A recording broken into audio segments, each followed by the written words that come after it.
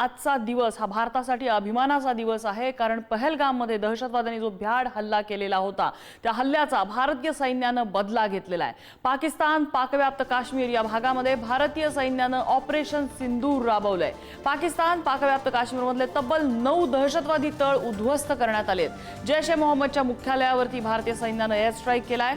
भारताच्या ऑपरेशन सिंदूर अंतर्गत 90हून अधिक दहशतवादी ठार झालेले आहेत। भारतीय वायुदलानं जैश ए मोहम्मद, हिजबुल मुजाहिदीन, लष्कर ए तोयबा यासारख्या दहशतवादी संघटनांचे तळ उद्ध्वस्त केले आहेत। मध्यरात्री 1:30 वाजता ही कारवाई झाली आहे। दहशतवाद्यांचे ट्रेनिंग सेंटर सुद्धा उद्ध्वस्त करण्यात आले आहेत। उल्लेखनीय बाब म्हणजे या मोहिमेत भारतीय लष्करानं पाकिस्तानी नागरिक किंवा पाकिस्तानी लष्कराच्या कोणत्याही ठिकाणांवर हल्ला केलेला नाही। भारतीय सेनेनं या मोहिमेत बहावलपूर, कोटली आणि मुझफ्फराबाद या 3 शहरांमधल्या केवळ अतिरेक्यांच्या कॅम्प्सचं अचूक लक्ष साधलेलं आहे। ऑपरेशन सिंदूरमध्ये भारतीय सेनेनं बहावलपूरमध्ये जैश ए मोहम्मदचं हेडक्वार्टरही उद्ध्वस्त केलं आहे।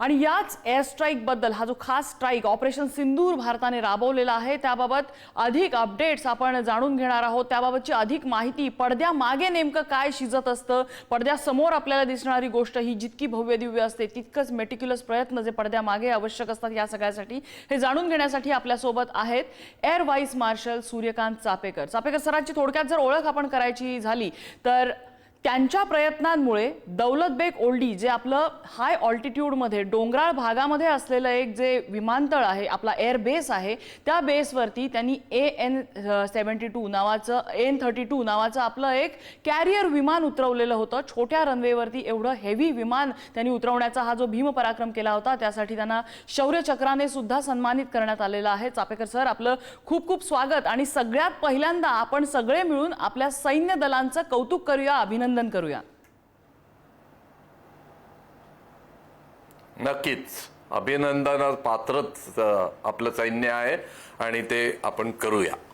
अगदी सगळ्यात पहिल्यांदा हा जो स्ट्राईक झाला ज्या पद्धतीने झाला, म्हणजे एकीकडे संपूर्ण देशभरामध्ये मॉक ड्रिल होणार आहे असं म्हणत एक वातावरण तयार करायचं, शत्रूला कुठेतरी गाफील ठेवायचं की हे मॉक ड्रिल करणार आहेत म्हणजे यांचा D-Day कुठेतरी दूर असू शकतो असं एक वातावरण तयार करायचं आणि अर्ध्या तासामध्ये म्हणजे जेमतेम 25 मिनिटांमध्ये संधी साधून घ्यायची। कसं बघता या सगळ्याकडे? नक्कीच आपली जी कूटनीती या पूर्ण ऑपरेशन्स मध्ये आपण वापरली आहे त्याचं जितकं कौतुक कराल तेवढं कमीच आहे। या मॉक ड्रिल मध्ये डिक्लेअर करून आपण 2 पक्षी एका दगडात मारले असं म्हटलं तर चूक होणार नाही। आपण बऱ्याच दिवसापासून हे मॉक ड्रिल केलेली नव्हती। जवळजवळ 1971 नंतर असं या प्रमाणावर हे झालेलं नव्हतं। बाकी नैसर्गिक आपत्तींसाठी आपण बऱ्याच मॉक ड्रिल केलेल्या आहेत, पण जनतेला मनुष्यनिर्मित जेव्हा आपत्ती येतात, जसं काही युद्ध किंवा अशा आपत्ती, तेव्हा काय करायचं हे नेमकं कळावं म्हणून हे मॉक ड्रिल प्लॅन करण्यात आलं होतं आणि याची फार जरूर होती आणि आता सुद्धा आहे असं मला वाटतं आणि त्यासाठीच हे केलं होतं। दुसरा जो मेसेज जात होता तो जगभर जात होता की भारत सर्व तयारीनिशीच काहीतरी करणार आहे, त्यामुळे यावेळी पाकिस्तानची खैर नाही हे जागतिक मेसेज सुद्धा या मॉक ड्रिलमुळे सगळीकडे पोहोचला होता। आणि तुम्ही जसं म्हटलं तर मी यात एक अजून ऍड करीन की सरकारने फक्त पाकिस्तानलाच याच्यात नाही आणलं किंवा इंटरनॅशनलीच हे असं दर्शवलं नाही, तर आपल्या लोकल मीडियाला सुद्धा मॉक ड्रिलच्या बद्दल डिस्कशन करण्यात बिझी केलं आणि इकडे आपलं लक्ष साधलं असं सुद्धा म्हणता येईल। कारण आजकाल मीडिया फारच स्ट्रॉंग झालाय आणि सगळीकडे प्रत्येक छोट्या छोट्या गोष्टीची चर्चा होते, त्यामुळे यापासून आता तुम्हाला पुढे असं कधी काही झालं तर ही गोष्ट लक्षात यावी लागेल आणि याच्याकडे तुम्हाला लक्ष द्यावं लागेल असंही आणि मी आम्ही फक्त मीडियाच नव्हे तर सोशल मीडिया सुद्धा इतका स्ट्रॉंग झालेला आहे की त्या सगळ्यामध्येही सिक्रेसी मेंटेन करणं हे खूप मोठं आव्हान होतं. कशा पद्धतीने हे मेटिक्युलस खूप प्लॅनिंग असेल पडद्याच्या मागे, म्हणजे आज ठरवलं की उद्या जाऊन पाकिस्तानमध्ये बॉम्ब फोडायचे, एवढं सोपं नसतं हे, जरी दिसायला ते सोपं असलं तरी. कशा प्रकारची प्लॅनिंग लागते या सगळ्याला? नक्कीच तुम्हाला हे लक्षात येईल की भारतीय जनता 22 एप्रिलला हे झाल्याबरोबर बदला घ्या म्हणून रस्त्यावर उतरली होती. जे जागतिक शक्ती आहेत जसं अमेरिका झालं, UK झालं, युरोपियन कंट्रीज झालं, अजून अनेक देश होते, त्यांनी सुद्धा भारताला सांगितलं की नाही तुमच्या बरोबर फार चूक झालाय, तुम्ही बदला घ्याच, त्यांना आतंकवाद्यांना धडा शिकवाच. परंतु भारत देश हा अतिशय विचारांती सगळी कृती करतो हे यावेळी आपण दाखवून दिलाय. सरकारने आपलं डोकं शाबूत ठेवलं, फौजांना बरोबर पाहिजे तो वेळ दिला, त्यांना विचार करायची शक्ती दिली, आणि शेवटी कसं केव्हा काय आणि कसं आणि कुठे हे त्यांनी फौजेवर सोडलं. त्यामुळेच याचं सक्सेस इतकं जास्त आहे असं मी म्हणेन. आता प्लॅनिंगवर जर आलं तर मी तुम्हाला सांगू इच्छितो की जेव्हा शांतता असते तेव्हाच शत्रूचे कोणची ठिकाणं प्रामुख्याने आहेत आणि पाकिस्तान बरोबर आतंकवादी कुठे कुठे बसलेले आहेत, कुठे कुठे त्यांचे अड्डे आहेत, कुठे कुठे त्यांची ऑफिसेस आहेत, कुठे कुठे त्यांचं ट्रेनिंग सेंटर आहे, याची सगळी माहिती इंटेलिजन्स डिपार्टमेंट आपल्याजवळ ठेवतेच. त्यामुळे ही माहिती आपल्याजवळ 10 दिवसापूर्वी आपण गोळा केली अशातली गोष्ट नाही. परंतु 10 दिवसात आपण काय केलं असेल त्याची थोडक्यात माहिती म्हणजे मी एवढंच सांगू शकतो की त्यांनी आपल्या असलेल्या फायली अपडेट केल्या असतील की आता खरोखर तिथे ते लोक आहेत की नाही, किती लोक असतील, काय असतील. तर हे झालं टार्गेट बद्दल. दुसरी गोष्ट जी येते ती कोणत्या वेळी हमला करायचा ही अतिशय महत्वाची गोष्ट असते. आणि फक्त भारतीय वायुदल नाही तर सर्व जगातलं हवाई दल हे ही वेळ शोधून मगच हे कार्य करतात.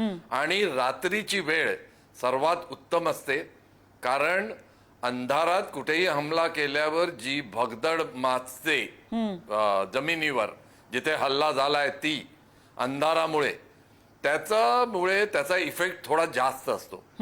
दुसरी गोष्ट, पहिल्या महायुद्धात आणि दुसऱ्या महायुद्धात आपल्याजवळ रात्री हमला करण्याची साधनं नव्हती, तशी विमानं नव्हती, तसं अम्युनेशन नव्हतं, तसं टार्गेटिंग सिस्टम्स नव्हत्या. पण आता बदललाय सगळं. आता आपली केपेबिलिटी रात्रीच्या हमल्यासाठी फार चांगली झालेली आहे. नाईट विजन गॉगल्स म्हणा, नाईट विजन इक्विपमेंट म्हणा, एम करण्याची साधनं म्हणा, किंवा जे आर्म्स एम्युनेशन मिसाईल जे वापरतो ते रात्री सुद्धा इफेक्टिव्ह असतात. त्यामुळे रात्रीची वेळ ही निवडण्यात आली होती. यामध्ये आणखीन एक गोष्ट आपल्याला लक्षात घ्यायला कारवाई केली ती 2 वेळ की भारताकडून ज्या भागातून हल्ला झाला, म्हणजे भारताने सांगितलं की आम्ही काही सीमारेषा ओलांडली नाहीये, आम्ही आमच्या भागातून दहशतवाद्यांचे तळ टार्गेट केलेले आहेत. मधला भाग जो आहे, ज्या भागातनं आपण हल्ला केल्याचा दावा करतोय आणि ज्या भागामध्ये हा हल्ला झालाय, मधला भाग हा डोंगराळ भाग आहे. उंच पर्वत शिखरं या भागामध्ये आहेत, बर्फाच्छादित शिखरं सुद्धा यात काही ठिकाणी आहेत. अशा अनइव्हन टेरेनमध्ये जर आपल्याला त्या डोंगरांच्या पलीकडचं एखादं टार्गेट आपल्याला जर हेरायचं असेल, लक्ष करायचं असेल, तर किती प्लॅनिंग लागतं, कशा प्रकारची इक्विपमेंट्स लागतात. आणि आता जी आपण इक्विपमेंट्स वापरलेली आहेत ज्याच्यामध्ये तो स्कॅल्प मिसाईल आहे किंवा हॅमर बॉम्ब्स आहेत, आपण राफेलचा वापर केला या सगळ्यासाठी, हे या सगळ्याबद्दल काय सांगाल? नक्कीच त्याचा वापर झालाच असेल, पण फक्त राफेलच नाही तर आपला जो मिराज आहे, MiG-29 आहे, बरीच विमानं आहे जी असा हल्ला बोलू शकतात. आणि त्या सगळ्यांजवळच या 3-4 प्लॅटफॉर्मवर 2 प्रकारचे मिसाईल्स आहेत. एक लांब पल्ल्याचा आहे, एक जवळच्या पल्ल्याचा आहे. दुसरी गोष्ट, एक हवेत मारा करणारं सुद्धा आहे आणि हवेतून जमिनीवर मारा करणारं सुद्धा आहे. तर अशा प्रकारचे मिसाईल्स असल्यामुळे त्यांचा उपयोग करतच हे साध्य झालं हे तर नक्कीच आहे. पण डोंगराळ भागात जे एम साधायचा असतो त्याचं टेक्निक जरा वेगळं असतं. 1999 मध्ये आपण ते पाहिलंच. हो. पण तेव्हा आपल्याजवळ इतकं इक्विपमेंटही नव्हतं. आज आपली स्थिती अशी आहे की आपल्याजवळ मॉडर्न इक्विपमेंट आहे, त्यामुळे ते साधता आलं. याचं प्लॅनिंग बरंच मेटिक्युलस असतं. आणि जसं मी तुम्हाला सांगत होतो की 2 विमानं गेली आणि हमला करून परत आली, इतकी सोपी गोष्ट ती नाही आहे. हमला करणाऱ्या विमानांना सुद्धा प्रोटेक्शन लागतं. खरंय. म्हणजे त्यांना सुद्धा प्रोटेक्शन द्यायला एस्कॉर्ट्स नावाची दुसरी विमानं असतात. तर असा हा एकंदरीत मोठा ताफाच हे कार्य करायला आपल्या इथून निघतो. आणि या ताफ्याचं पूर्ण जितकी विमानं असतात त्या प्रत्येक विमानाचं एक एक कार्य त्याला दिलेलं असतं. तेवढंच कार्य करून ते परततात. त्यामुळे सगळ्यांना इतक्या विमानांना एकत्र असं कार्य करण्यासाठी सराव हा लागणारच. आणि तो सराव आपण शांतता काळात अतिशय उत्तमरित्या करतो. भारतीय वायुदल किंवा भारतीय थलसेना ही पहाडी युद्धात अतिशय निपुण अशी सेना जाणल्या जाते. आपण 1999 मध्ये पाहिलं, त्यानंतर सुद्धा आता गलवान वगैरेच्या तिथे झालं. मी सुद्धा एअरफोर्स मध्ये असताना जास्तीत जास्त ऍक्टिव्हिटी माझी हिमालयात राहिली आहे. म्हणून मी ठामपणे सांगू शकतो की त्या भागात जे कौशल्य लागतं ते वेगळंच आहे. आणि जगात इतके उंच पहाड कुठेही नसल्यामुळे ते कौशल्य फक्त भारतीयांजवळच आहे, याचा आपण अभिमान बाळगला पाहिजे. अगदी. आणि त्या पहाडांवरून ही कारवाई झाली, ही एक अतिशय वैशिष्ट्यपूर्ण गोष्ट आहे. आणि त्याचा आपल्याला अतिशय अभिमान असला पाहिजे. बर. आणि एवढ्या कठीण परिस्थितीत सुद्धा जी मिसाईल डागण्यात आली आहे ती अगदी अचूक डागण्यात आली आहे. हो. आणि जे टार्गेट ठरवले होते त्याच्यावरच ती जाऊन पडलेली आहे.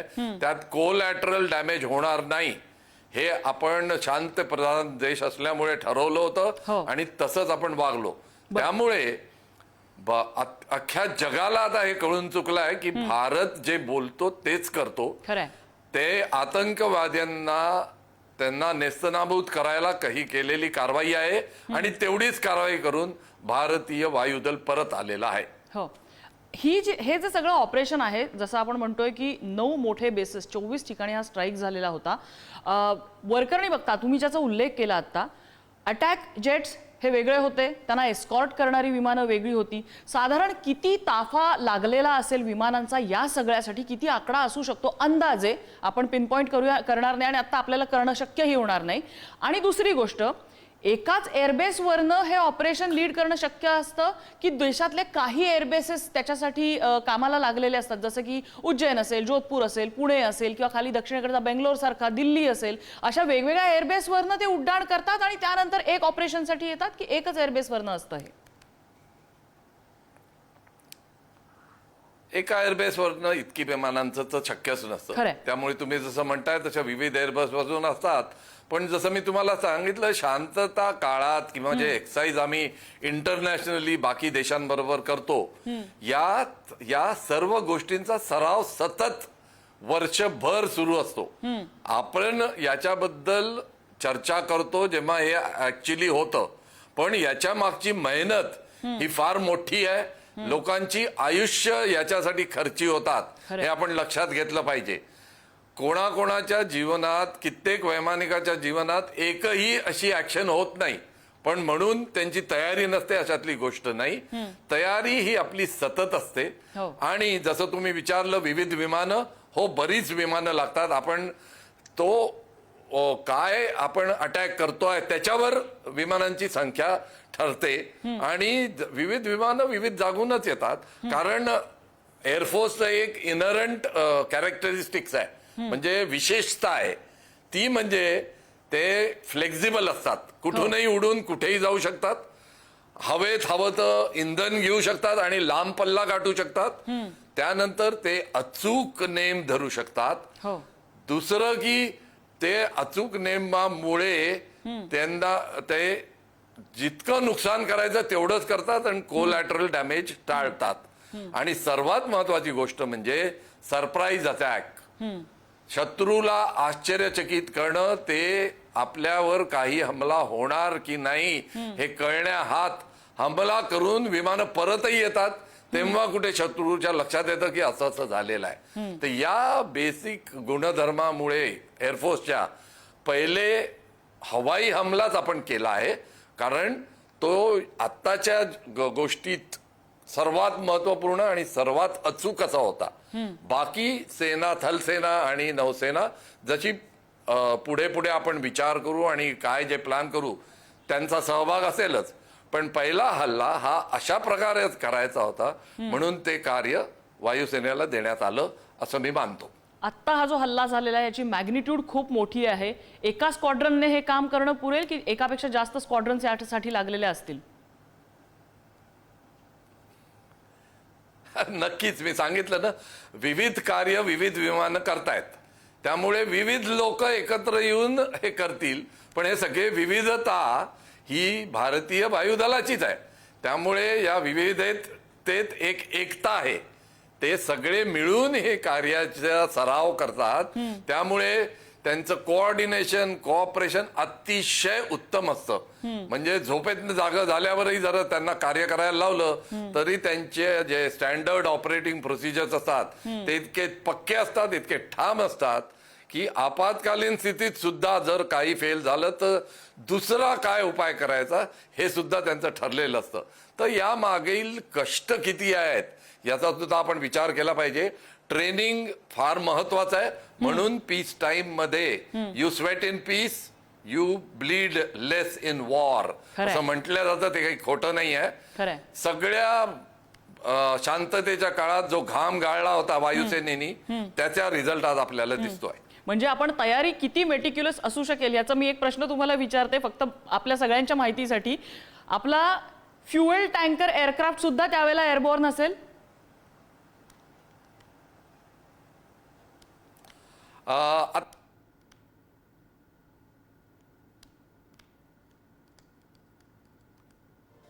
काही तांत्रिक अडचणींमुळे एअर मार्शल चाफेकरांचा संपर्क तुटलेला आहे.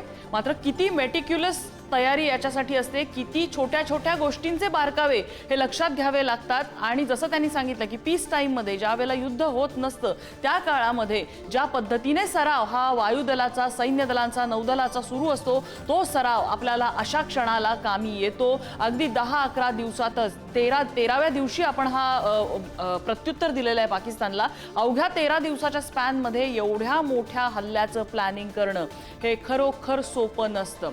आपण काही गोष्टींची माहिती करून घेऊया की हेच का वापरलं. तर हॅमर बॉम्ब्स आहेत.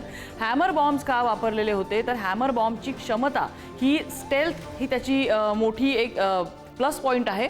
ऑपरेशन सिंदूरमध्ये जे टार्गेट्स होते 9 ठिकाणी 9 कॅम्प्स जे उडवलेले होते ते आपण बघूया. शावई नाला कॅम्प जो मुझफ्फराबादमधला आहे लष्कर ए तोयबाचा कॅम्प, सय्यदना बिलाल कॅम्प मुझफ्फराबादमधला जैश ए मोहम्मदचा कॅम्प, मरकज राहिल शाहिद कोटलीमधला हिजबुल मुजाहिदीनचा कॅम्प, मरकज अहले हदीस बर्नालामधला लष्कर ए तोयबाचा कॅम्प आहे. या ठिकाणी हल्ले झालेले आहेत आणि ते कॅम्प्स उद्ध्वस्त करण्यात आलेले आहेत. यातले काही कॅम्प्स त्यांचे ट्रेनिंग सेंटर्स होते, काही त्यांचे हेडक्वार्टर्स होते. मरकज अब्बास जो कोटलीमधला आहे जैशचा कॅम्प होता, मरकज तुमान अल्लाह बेलाल बहावलपूरमधला जैश ए मोहम्मदचा कॅम्प, मरकज तय्यबा मुरीदकेमधला लष्कर ए तोयबाचा कॅम्प, त्याचबरोबर सर्जल तेहराकलामधला जैश ए मोहम्मदचा कॅम्प आणि मेहमुना जोया जो सियालकोटमधला हिजबुल मुजाहिदीनचा कॅम्प आहे. त्या ठिकाणी हल्ले झालेले आहेत आणि यामध्ये 100हून अधिक दहशतवाद्यांचा खात्मा करण्यात आलेला आहे. पिन पॉइंट करून आपल्या एअरफोर्सने एअर स्ट्राईक केला आणि हे कॅम्प्स उडवून लावलेले आहेत. पुन्हा एकदा जाऊया आपण चाफेकर सरांकडे. चाफेकर सर, जसं मी विचारत होते की किती बारीक बारीक तयारी असेल, तर वेळ पडली तर एअर टू एअर रिफ्युएलिंग करण्यासाठी आपलं टँकर एअरक्राफ्ट सुद्धा त्यावेळेला एअरबोर्न असेल? बऱ्याच गोष्टी अशा असतात की ज्यांनी आपल्या विमानांचा पल्ला वाढवता येतो. त्यातलं एअर टू एअर रिफ्युलर एक गोष्ट आहे. आणि या गोष्टी एक अवॅक्स आहे जे की एअरबोर्न रडार सारखं वापरलं जातं. त्यानंतर अशा अनेक सिस्टम्स आहे, अनेक रडार्स आहे, अनेक सेन्सर्स आहेत ज्यांचा वापर या प्रत्येक ऍक्टिव्हिटीमध्ये होतोच. त्यामुळे या सर्व विमानांचा ताफा एकत्र येऊनच जे कार्य करतो त्यांनी हे कार्य सिद्धीस नेता येतं हे मी स्पष्ट केलंय. तर एअर टू एअर रिफ्युलिंगचा उपयोग नक्कीच आहे, यात आपण शंकाच ठेवू नये. शिवाय अवॅक्स हे सगळं पाहत असतो, आपल्या इथले रडार सुद्धा हे सगळं बघत असतात. या सगळ्याची मदत घेऊन एकत्र कार्य केल्यानेच आपल्याला सक्सेस मिळतो असं मला स्पष्ट करावं लागेल. एक अजून याच्यामध्ये बघता येईल ते म्हणजे ह्याच्यासाठी वापरलेली जी क्षेपणास्त्र आहेत, स्कॅल्प मिसाईल आपण ह्याच्यासाठी वापरले, स्टेल्थ ही त्याची स्ट्रेंथ आहे. आणखी काय त्याची स्ट्रेंथ सांगता येईल? आणि या प्रकारच्या हल्ल्यासाठी की सीमा न ओलांडता सीमेपलीकडे डीप इनसाइड स्ट्राईक करण्याची क्षमता जी त्याची आहे ती आपण कशा पद्धतीने वापरली आहे? एक गोष्ट सगळीकडे जगभर प्रसिद्ध आहे, त्याला स्टँड ऑफ वेपन्स म्हणतात. म्हणजे एका डिस्टन्सवर उभं राहून लांब पल्ल्याचे मिसाईल दागणे. तर प्रत्येक विमानात जे काही लढाऊ विमाने असतात त्यात एक लांब पल्ल्याचं मिसाईल लावू शकता किंवा छोट्या पल्ल्याचं मिसाईल सुद्धा लावू शकता. एक एअर टू एअर असतं, दुसरं एअर टू ग्राउंड असतं. तर अशा प्रकारच्या मिसाईलचा उपयोग करून, लांब पल्ल्याच्या मिसाईलचा उपयोग करूनच अशा ऍक्टिव्हिटीज कराव्या लागतात. अगदीच आपल्याच हद्दीतून आपण हे सर्व करू शकतो की नाही याचं प्रश्नचिन्ह येऊ शकतं. परंतु जितक्या दुरून करता येईल तितक्या दुरून करावं या दृष्टीने हे मिसाईल वापरले जातात. आणि हॅमर बॉम्ब्सचा वापर म्हणजे कारगिल युद्धाच्या वेळेला आपल्याला आठवतंय की आपल्याकडे गायडेड बॉम्ब्स नव्हते, त्याच्यामुळे पिनपॉइंट मारा आपल्याला करता आलेला नव्हता पाकिस्तानच्या दहशतवादी तळांवरती किंवा त्यांच्या सैन्याच्या तळावरती. मात्र आता हे गायडेड बॉम्ब्स आपण वापरलेले आणि त्यांनी अचूक मारा केलाय, त्याच्याबद्दल थोडंसं. नक्कीच. मागच्या वेळी 1999 तुम्ही जे बोलताय ते बरोबर आहे.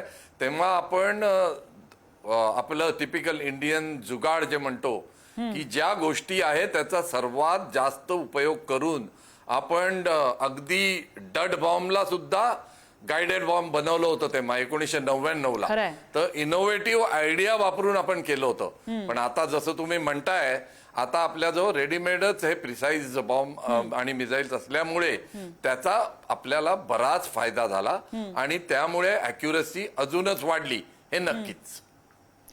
राफेल विमानाबद्दल काय सांगता येईल? कारण ज्या वेळेला राफेल आणलं त्यावेळेचं राजकारण बाजूला जाऊ द्या, पण त्यावेळेला काही एक्सपर्ट्सचं असं म्हणणं होतं की ते बल्की विमान आहे, म्हणजे हिट अँड रन यावेळेची जी युद्धाची स्थिती असते त्यावेळेसाठी राफेल हे तेवढं कन्व्हिनियंट नाहीये. पण आता आपण पूर्ण क्षमतेनं राफेल वापरलेला आहे. आपला एक्सपर्टीज काय सांगतो त्याच्यावर?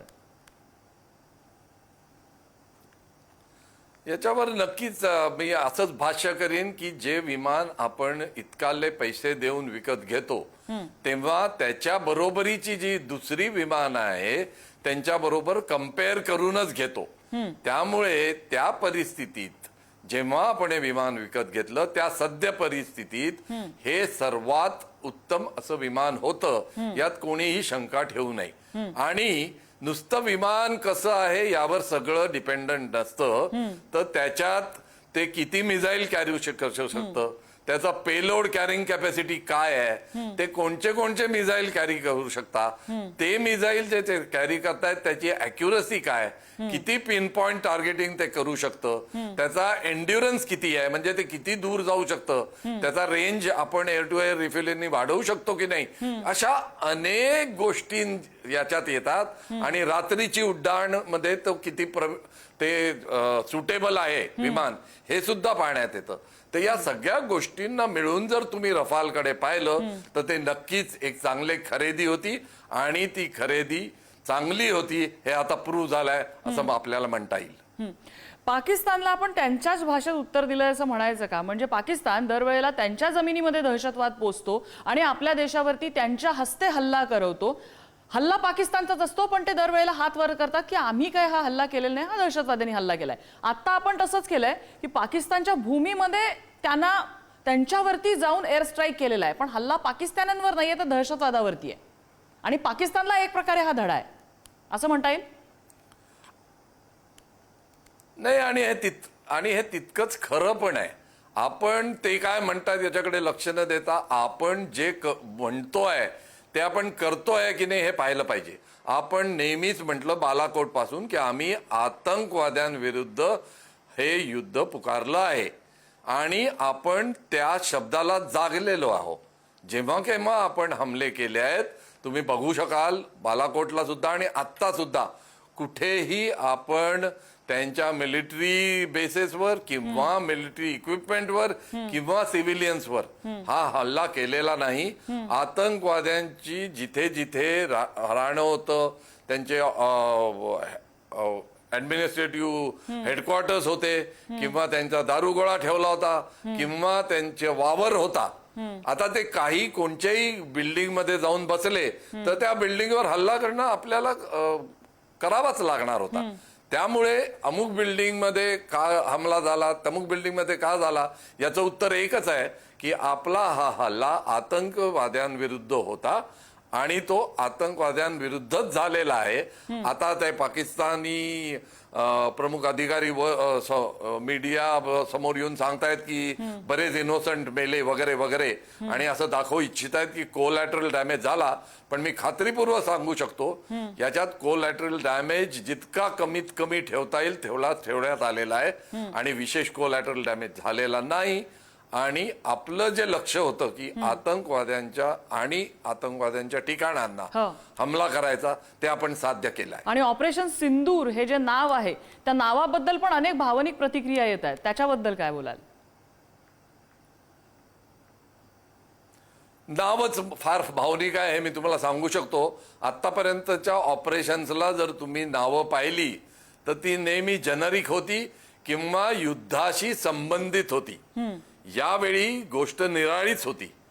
जे काही झालं 22 एप्रिलला त्याची ही रिॲक्शन असल्यामुळे मला असं वाटतं, भावनिक वाटलं तरी हे नाव अगदी अप्रोप्रिएट आहे. आणि आत्ताच्या ज्या प्राईम मिनिस्टरचे जी कार्यपद्धती आहे त्याला अनुसरून आहे असंच मी म्हणेन. पाकिस्तान त्यांना एकदा फटका दिल्यानंतर शहाणं होत नाही. ऑपरेशन सिंदूर आपल्याला एक्सटेंड करावं लागू शकतं का? पाकिस्तान फिरून आपल्यावरती उलटा अंगावर येईल असं वाटतं का या क्षणाला? हे असं जेव्हा कार्य तुम्ही सुरू करता तेव्हा ते सुरू केव्हा होणार आणि बंद केव्हा होणार हे कोणीही सांगू शकत नाही. कारण आपण केलेल्या ऍक्शनवर दुसऱ्याची काय रिॲक्शन होणार आहे याला फार महत्व असतं. पाकिस्तान असा देश आहे की सध्या आर्थिकदृष्ट्या त्यांच्या आंतरिक कलहामुळे आणि फौज नामोहरम झाल्यामुळे त्यांचा सायकोलॉजिकल इफेक्ट खूप वाईट त्यांच्यावर झाल्यामुळे जवळजवळ फेल्ड नेशनच्या कडे चाललाय. त्यामुळे हा हमला झाल्यावर पाकिस्तान्यांनी आपल्याच गव्हर्नमेंटला हा प्रश्न विचारला की तुम्हाला माहिती होतं की हमला होणार आहे, तरी कसं तुम्ही तो थांबवू शकले नाही. हा जर प्रश्न हमला झाल्यावर इतक्या लवकर विचारण्यात येतो आहे तर आंतरिक किती कलह आहे तुमच्या लक्षात येईल. त्यामुळे पाकिस्तान्यांना दुसरा आता काही उपाय उरला नाही आहे, पण काहीतरी बोलत राहायचं आणि कसं बसं करून आपल्या जनतेला हे दाखवायचं की आपण तितकेच केपेबल आहे जितकं भारत आहे. पण तशी ऍक्च्युअल स्टोरी अजिबात नाही आहे. आपल्या पुढे ते काहीही नाही. आणि आता ज्यांनी प्रतिहल्ला जर करायचं ठरवलं तर तो अगदी छोट्या प्रमाणात त्यांना जेवढा जमेल किंवा बधेल तेवढाच असेल हे सांगण्यात मला काहीही याबद्दल शंका नाही असं मला म्हणावं लागेल. कारण त्यांच्याजवळ जे आर्म्स अम्युनिशन्स आहे सगळे चीनी आहे आणि तो सप्लाय सुरू राहिला तरी बाकी गोष्टी ज्या इतर गोष्टी युद्धासाठी लागतात त्या तिन्ही चारही गोष्टी त्यांच्याकडे नाही आहे. ते म्हणजे जे फौज जी लढते त्याचंच मनोवैज्ञानिकली ते खच्चीकरण झालेलं आहे. दुसरं आर्थिकदृष्ट्या ते बिलकुल ठीक नाही आहे. त्यांचीच लोक आंतरिक कलामुळे त्यांनाच प्रश्न विचारतायत. नाही, अगदी. आणि सर तुम्ही सांगताय त्याप्रमाणे पाकिस्तान आणखी काही दिवस याच्या बाबतीत रडून नक्की दाखवणार आहे. कारण आपण आता स्क्रीनवरती जी काही दृश्य बघणार आहोत ती दृश्य पाकिस्तानमधली आहेत. ज्या दहशतवाद्यांचा खात्मा भारताने केलेला होता त्या दहशतवाद्यांच्या अंत्यसंस्कारासाठी पाकिस्तानी लष्कराचे अधिकारी पोहोचलेले आहेत, तिथले काही स्थानिक राजकारणी पोहोचलेले आहेत. हा पाकिस्तानचा खरा चेहरा आहे. एकीकडे दहशतवाद आमचा नाही असा म्हणणारा पाकिस्तान, दुसरीकडे दुसऱ्या तोंडाने मात्र दहशतवादाला कसा कुरवाळत असतो ते हे चित्र दाखवणारा हा व्हिडिओ आहे.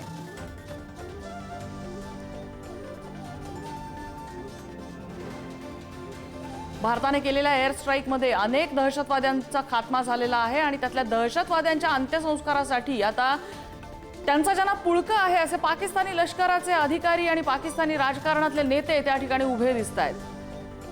त्याच्यामुळे पाकिस्तान पुरस्कृत दहशतवाद हा आहे हे तितकंच सत्य आहे हे या व्हिडिओवरनं आपल्याला दिसतंय.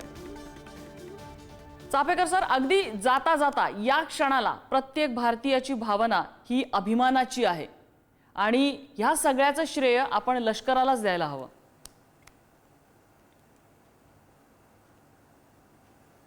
अगदी नक्कीच.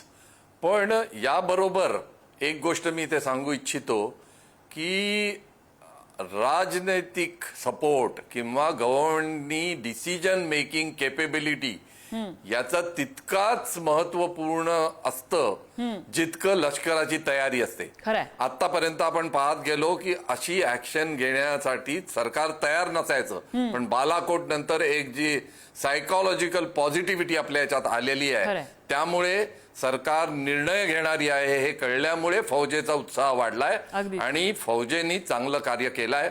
तर यात सरकारचाही तेवढाच सहभाग आहे आणि फौजेचा तर आहेच. एअर मार्शल चापेकर सर, तुम्ही ह्या सगळ्याचं इतकं सुंदर विश्लेषण केलेलं आहे. किती तयारी लागते, किती यासाठी मानसिक तयारी आणि त्याचबरोबर ग्राउंडवरती तयारी लागते आणि प्रत्यक्षात हल्ला केल्याची परिस्थिती जी आहे ही किती कठीण असू शकते. एक थोडीशी चूक पण आपल्याला किती महागात पडू शकते. मात्र तरीही आपल्या वायुदलाने, आपल्या लष्कराने सगळ्यांनी एकत्रित येऊन हा एवढा मोठा हल्ला हा यशस्वी केलेला आहे.